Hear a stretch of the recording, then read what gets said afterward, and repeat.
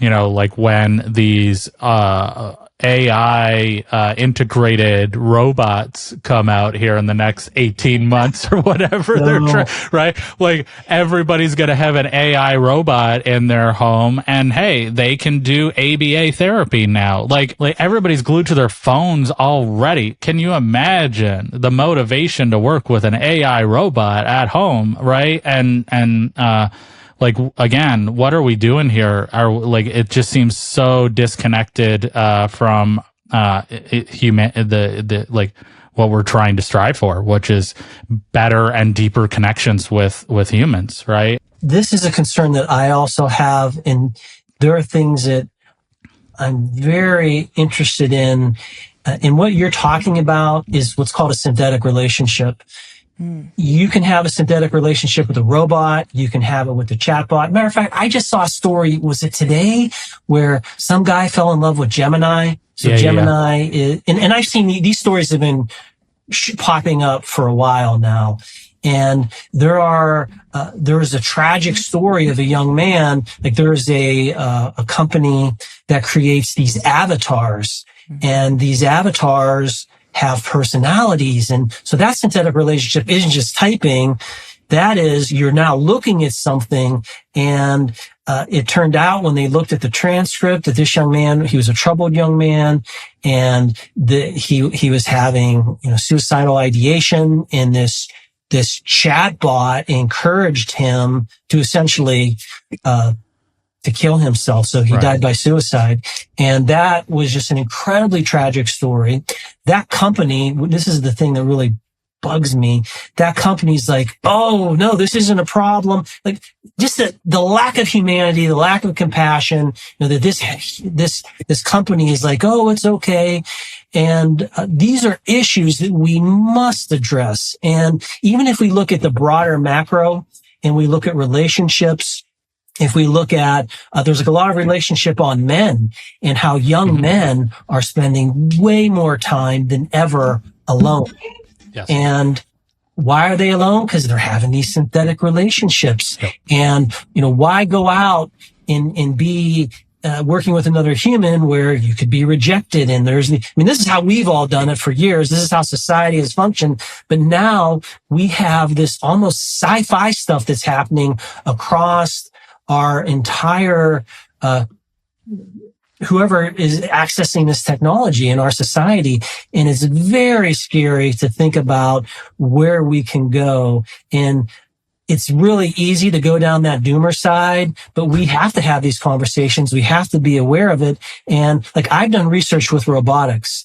And one of the things that I did working with children with autism is we looked at, can robots help increase attention? And guess what? The answer is yes. Yeah. If you put robots in front of very young children, then you can increase their attention. Whereas when we looked at how the humans are doing it, they had a way harder time. Right. So if you use robots and you increase the attention and then you transfer that over to human, this is a great instance of how technology can help people. However, if we just kept that whole relationship just with the robot, then you just have a kid that just has a relationship with the robot, doesn't care about people. So having these conversations and understanding what's happening now and what could happen, we just have to keep talking about it and understanding where this is going, because it could be utopia. Sure. Or it could be dystopia. Yeah. I just looked up because I heard this a while back, but there was a certain percentage of the population is now using AI for therapy, right? And one article said 10 to 15% of people are now using it for their therapist. So it's what are we doing here? It's a little concerning for me, and drawing those lines of where we can use it and where we can. I think we're going to have to come up with this, because like you said, these companies are profit driven, and I get it, right? But we have to understand that there could be incentives behind these chatbots that we're not aware of. And this again it takes me down another rabbit hole, but let's say you have practice management, ABC. They have an amazing chatbot. It's it helps with treatment plans and session notes and all these great things. It's very accurate and it's better than any human. And then all of a sudden, it's kind of like it's very similar to Walmart. So Walmart will come into a community, they'll lower their prices. Everybody goes there because the prices are much better. And then they gradually increase their prices, right? But everybody knows Walmart's got the cheapest prices. And so you have a practice management software that says, hey, you know what? We could increase our revenue if we just tell hey, you should increase your therapy by 10%, right? And so now we know, okay, that's gonna mean that they're gonna have more users in our system. They're gonna be billing more through our system, so we'll generate more profit. I wasn't going to bring it up because I can't remember the name of it, but I'm going to anyways. There's a toy now, or there's probably multiple toys, but it's like a stuffed animal and it has like AI embedded within it. Oh, wow. Okay. I was listening. It was a mommy group that I'm in, and they were talking about that with like the young, like toddler. It's like geared towards companion like toddler. Toys is what they're called. Companion toys. Yep. I go to CES every year. That stands for Consumer Electronics Show, and it's in Las Vegas. And it is people from around the world that are showcasing what's out there this year. And there's a lot of concepts. I've seen a ton of these toys. They're on the market and they have these other concepts. And I know exactly what you're talking about. Did either of you see Steven Spielberg's AI, that movie? Yeah. Incredibly depressing movie. Yeah. And I remember Teddy, like that Teddy in that movie was science fiction then. It's going to be science fact within, and it's just going to get better and better. So these toys that are being created, these toys are going to be able to interact with our children. They're going to be able to have agency and do things. Again, you would hope that there's guardrails put around them, but this is happening now. Everyone sees that AI can be used in all these different ways and could be really good, could be really bad. It's hard to understand. So your mom group, I'd love to hear more about what their impressions are. But I have seen these different kinds of toys. And if it's a toy, you can bet people are going to use this and say like, well, how can we use it for therapy? And like this has been happening for a while in the robotics literature that I've studied. There's something that's called socially assistive robotics, SAR. And they have done studies where you have seniors who are very lonely, and they've given them companion robots, again, socially assistive robots, and they've had these synthetic relationships. And these people report higher levels of happiness because now they have someone to talk to.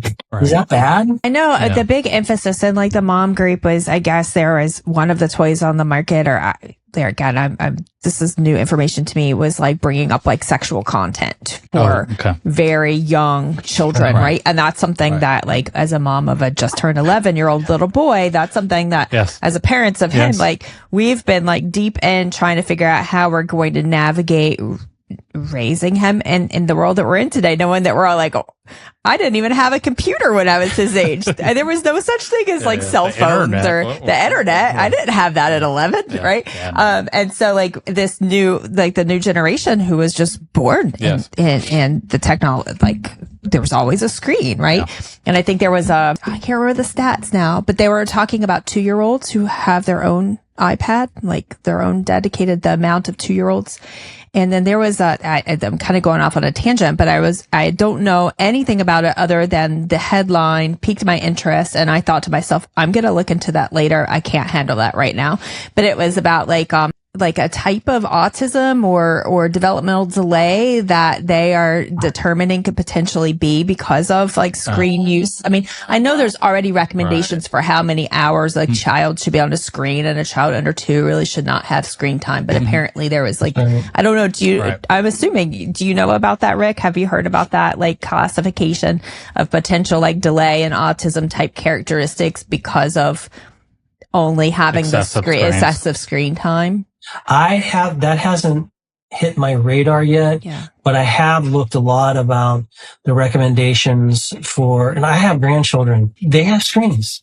And when you look around all of kids, it's happening. And I've seen other particular studies that look at how that can affect development. And do you all remember Baby Einstein? When that came out? Maybe I'm dating myself, but Baby Einstein was these video discs.